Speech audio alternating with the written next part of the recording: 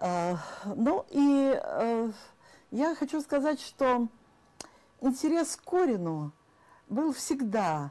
Вот я могу сказать, даже не только вот в моей семье, у моего мужа, которого здесь вот поминали, который действительно брал и очень интересовался этим художником, личностью в целом. И частично это интервью было опубликовано в молодежном журнале, но это 60-е годы, хотя уже так не самые страшные, там как первая половина 50-х, но все-таки уже все сказать было невозможно. Но мы уже привыкли в ту пору, что если человек пишет, и часто пишет не для того, чтобы публиковать, а вот, ну, как бы так вы верили, рукописи не горят, в том смысле, что рано или поздно они будут все равно, если достойны, быть опубликованы. Так произошло и вот с этим самым статьей моего покойного мужа, которая дождалась своего часа и была принята тепло теми, кто устраивал выставку Корина. Я этому бесконечно рада. Ну, а что касается меня, то сами понимаете, что поступив в галерею в 1956 году, а Корин скончался в 1967-м, то есть период вот такого знакомства с Корином был у меня не так уж велик. Но все-таки личность его очень сильно интересовала нас тогда, молодых. Хотя мы многие, большинство из нас даже, фрондировали, многие. К 1957 году в галерею взяли очень много молодых экскурсоводов, искусствоведов. Это нужно было к фестивалю молодежному, вы, наверное, помните об этом. И были среди них люди, которые прошли не один год ГУЛАГа, забранные там с первого, второго курса за какие-то, с нашей точки зрения, нынешней точки зрения, абсолютной нелепости.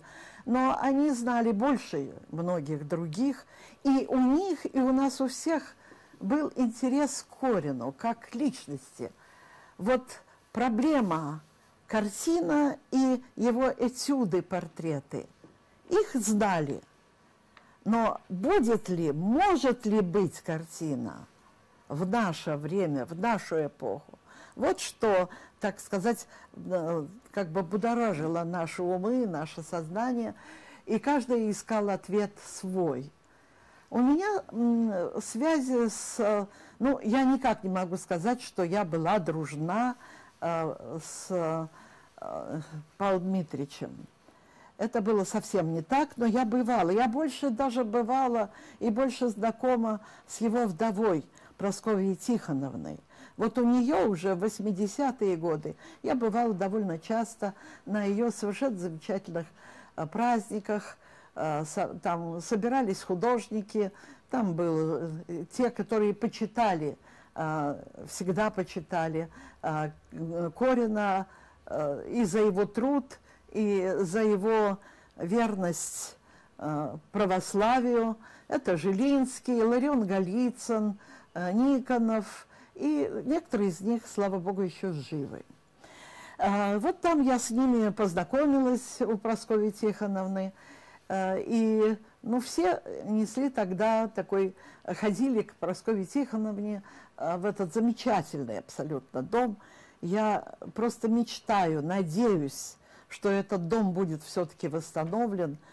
Наверное, не восстановить ту ауру, которая была при жизни обитателей этого дома. И все-таки я надеюсь, что музей будет восстановлен, и что-то, какая-то частица присутствия художника и вот его замечательной подруги, вдовы, ну, когда-то жены, супруги, и там кто только не бывал в этих домах, всегда, в этом доме, всегда удивлялась, как это позволительно было, как это получилось, что там, я не знаю, и в конце 30-х, и в эти ужасные 50-е годы. Это 40-е, 50-е, но военные годы, они все-таки были окрашены войной, и там все иначе. Как это удавалось сохраниться Корину? Но мы знаем теперь, что многие в ту пору, и художники в том числе, и Корин, несмотря на то, что были лауреаты Сталинской премии там, и так далее, всегда держали наготове узелок, а то и пару, на всякий случай, на случай ареста. Ну, мы, повторяю, были молоды, и уже многие, уже шла в 1956 году активная реабилитация, как я уже говорила, некоторые даже реабилитированные кончали Московский университет и поступали к нам на работу. И все-таки, когда речь заходила о встречах с Кориным, а тогда была замечательная такая традиция в галерее, когда устраивали для сотрудников встречи с художниками самых разных направлений, но направление, в общем-то, было в 50-е и начале 60-х годов фактически одно. И много было курьезного, мы записывали, смеялись, но, тем не менее, и были встречи с Кориным. Я не помню, чтобы Корин приходил к нам в галерею. Больше было, что мы приходили к нему в мастерскую.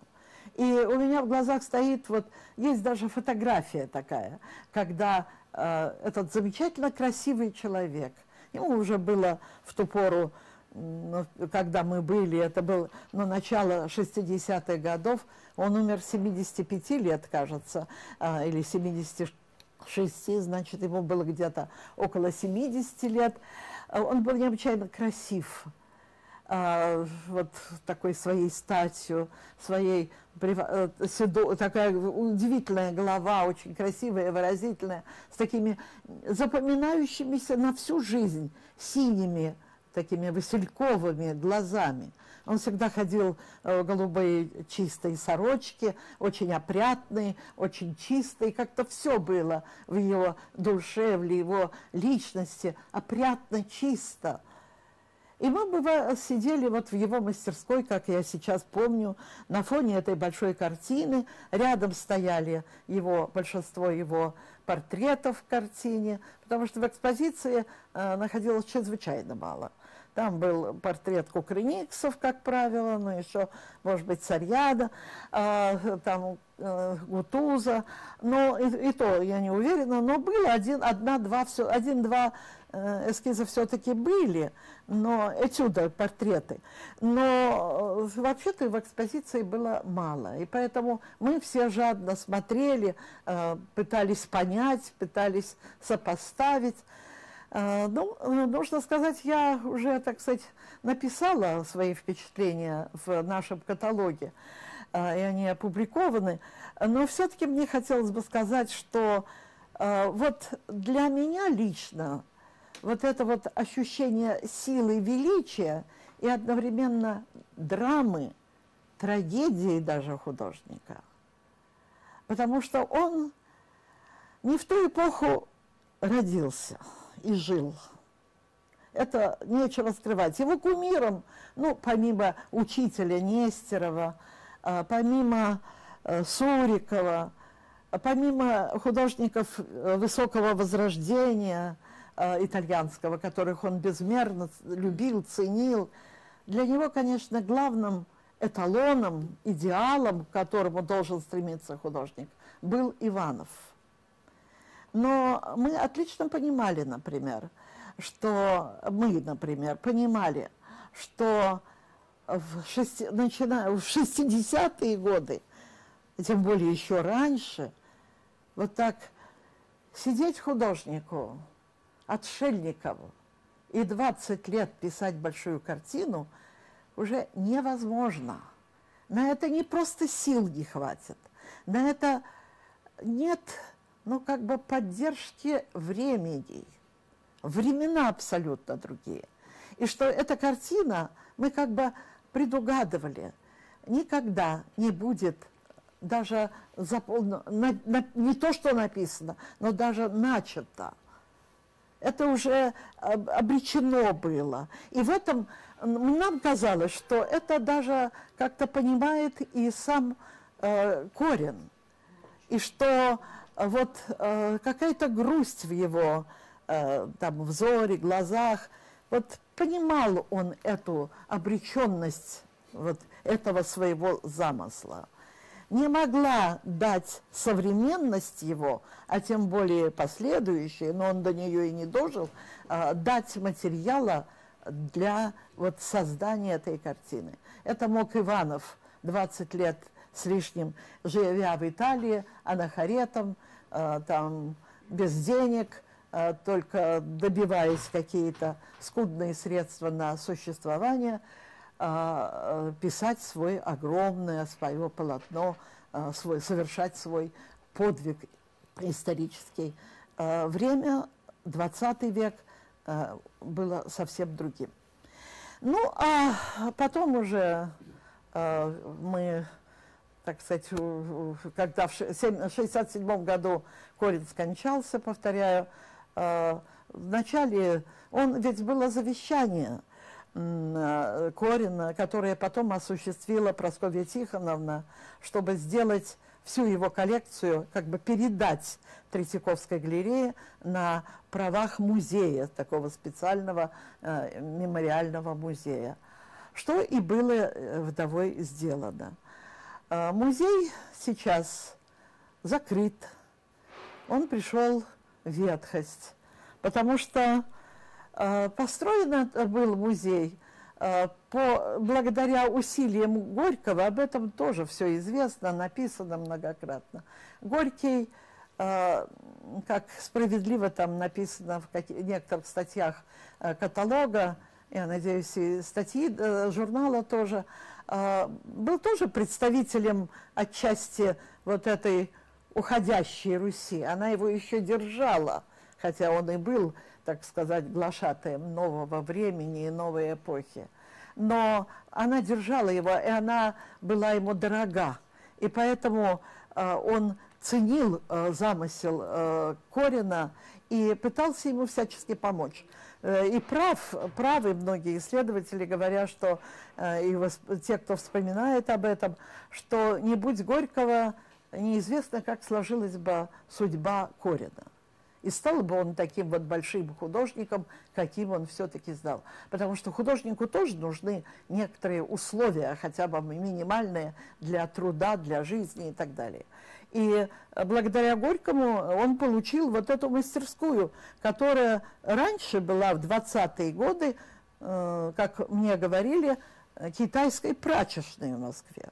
То есть это здание, построенное без фундамента, оно потом было перестроено под нужды Корина и под жилье, и под мастерскую, но все ветшает.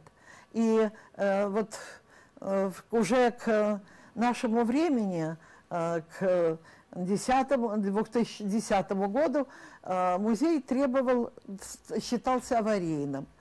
Но его закрыли, все произведения, всю мебель описали, сфотографировали, сняли, вывезли в Третьяковскую галерею, все это хранится.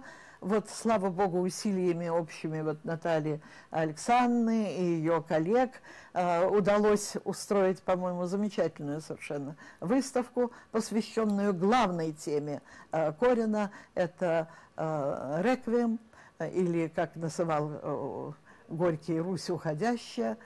Вот. Но сейчас какие-то такие препоны, насколько мне известно, чисто бюрократические, формальные. Но я все-таки не теряю надежды в данном случае, что музей будет восстановлен, построен, восстановлен и будет функционировать. И я убеждена, что интерес к творчеству Корину самых разных людей, как бы жизнь не меняла наши вкусы, пристрастия, не уводила молодежь куда-то совсем в другие стороны, все-таки интерес к нему будет вечным, постоянным. Я в этом убеждена. Спасибо.